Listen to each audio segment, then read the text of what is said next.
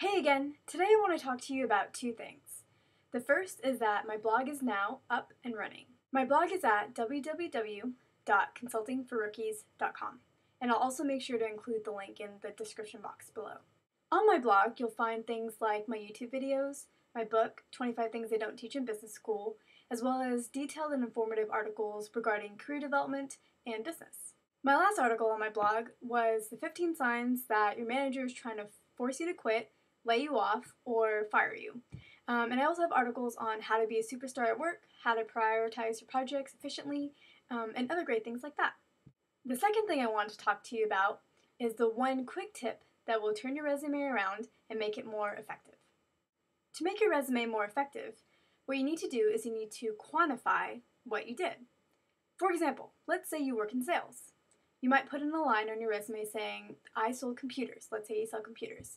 And you might put in a little more detail on what type of computers you sold and how much memory they had. That's fine to put in and oftentimes necessary to put into your resume, but you need to keep in mind that while it describes what you did at your job, it doesn't really describe the value that you brought. You can still describe what you sold or what you did, but in addition, add in a line like, I sold $500,000 worth of product in X number of months. Or something like, I brought in $500,000 worth of revenue. Something along those lines. Or if you exceeded, let's say, the sales quota or goal that you were assigned, put that in there. Let's say you were assigned that you were supposed to sell $100,000 worth of stuff this year. But instead, you actually raked in $120,000 worth of stuff. You might put in your resume that you exceeded your sales goal or sales quota by $20,000.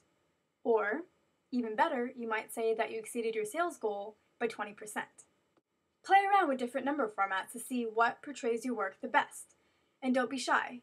You did the work, you created the value, and you made the results. Let's take another example. Let's say you're in IT and you were assigned the project or task to optimize the company's website and to reorganize it. There are quantifiable results here too.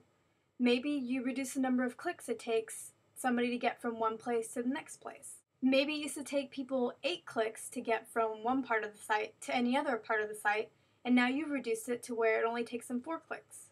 You could put in your resume that you reduced the number of clicks it took you to get from one part of the site to any other part of the site from 8 clicks down to 4 clicks, or you could say you reduced the number of clicks it took by 50%.